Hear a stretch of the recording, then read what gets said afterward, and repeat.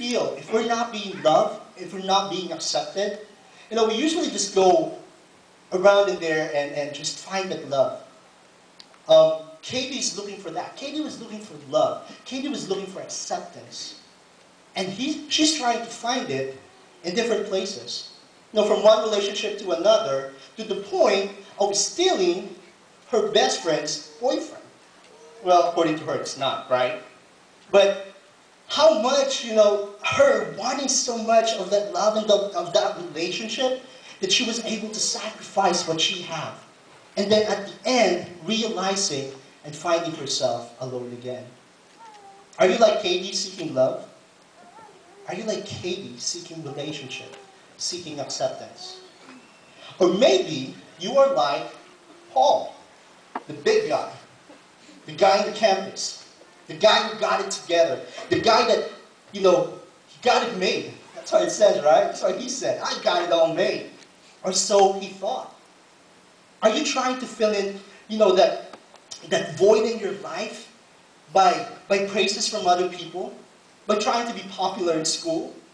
You know, by praises, people clapping at you, people are cheering at you, you know, he got his own cheerleaders and everything. And he's trying to fill that void with that kind of thing, with the sports, with popularity. But then, when everything just passed by, when everything goes away, when the game is over, when the laugh is over, when the applause are over, there he is, in his own room by himself, all alone. More emptiness than when he began. Are you at that point? Are you trying to be Mr. Popular? Trying to put a mask so nobody can see your real face? Nobody can see who you really are? Nobody can see how much you feel? How much pain you're hiding? Are you at that point? Or maybe you are Noah.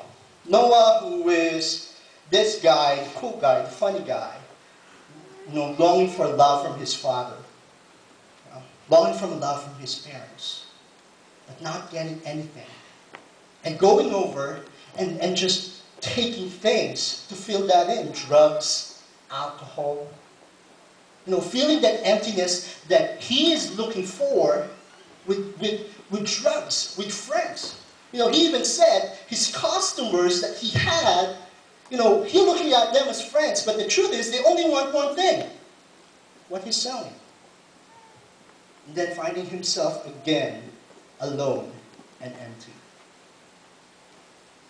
Who are you guys? What are you guys seeking? What is it that you are wanting so much? What is it that you are hiding that you don't want anybody can see? What is it deep inside your heart you don't want even your closest friend to know? What is it you're doing that you're scared that your parents will know? What are you doing to fill that emptiness, that love that you've been looking for? You see, they have two options. When you're trying to fill in something, you have two options in there. We have what we call, first, let me tell you the options that you guys look at when you're trying to fill in some emptiness. You have two options. First, you have the option that the world is offering. So you have the world option. And then you also have the option of God, what God is offering to you. You know, for many of us, even myself, I chose the world before. I know how it feels. That's the easy fix. Now that's when you guys get it all together and everybody is just okay.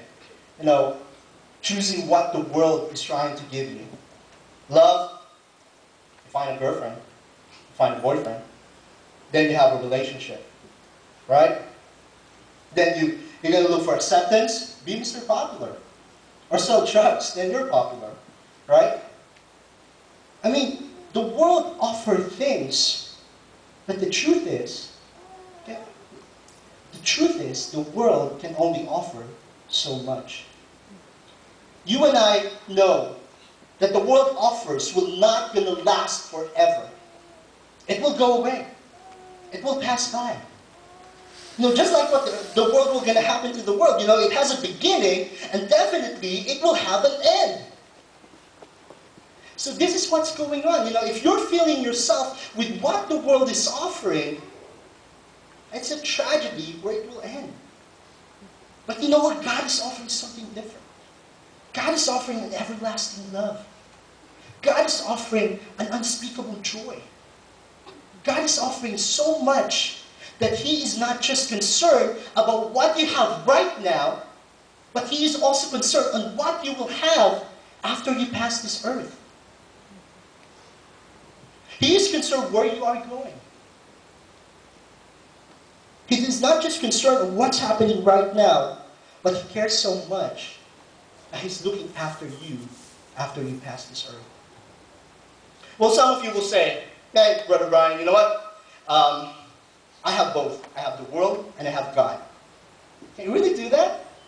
Hey, if you guys can look at, we're going to look at in Matthew chapter 6, verse 24, and I'm going to read this in New Century Version. So, see what Katie we're going to put up in there.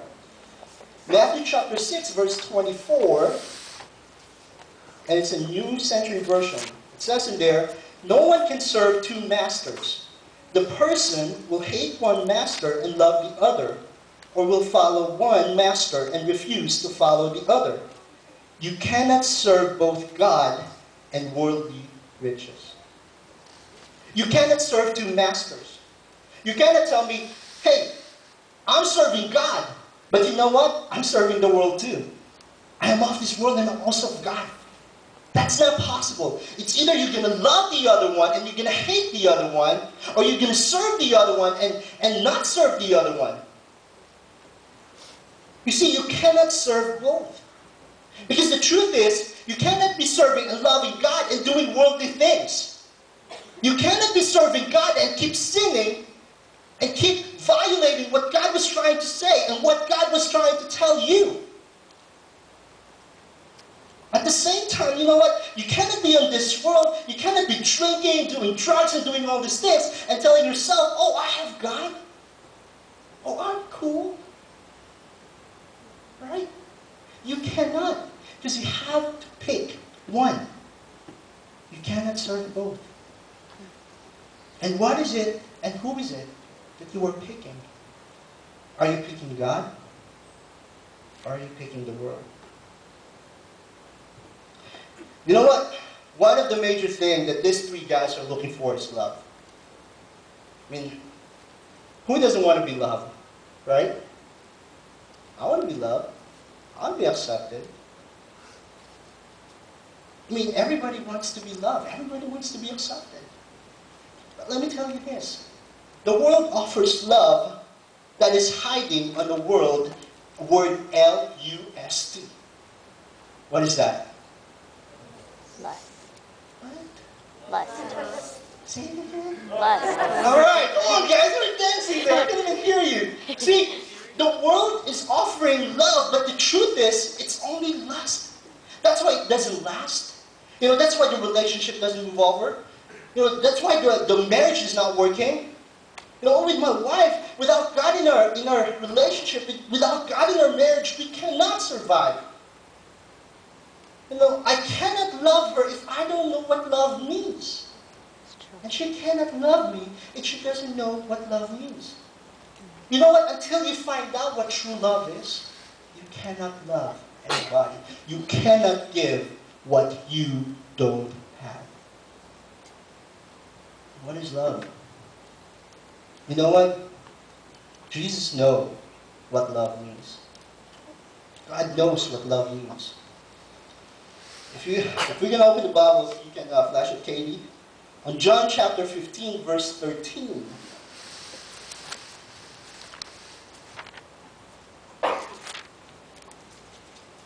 John chapter 15, verse 13. Here Jesus is talking and telling about the greater love. It says there, greater love has no one than this, that someone lays down his life for his friends. The world doesn't lay his life on you. You know what? Jesus did. Jesus died for you. Jesus knows what greater love means. Greater love is laying your life for your friend. Laying it all out. Everything that you have for a friend. That's what is love. That's what love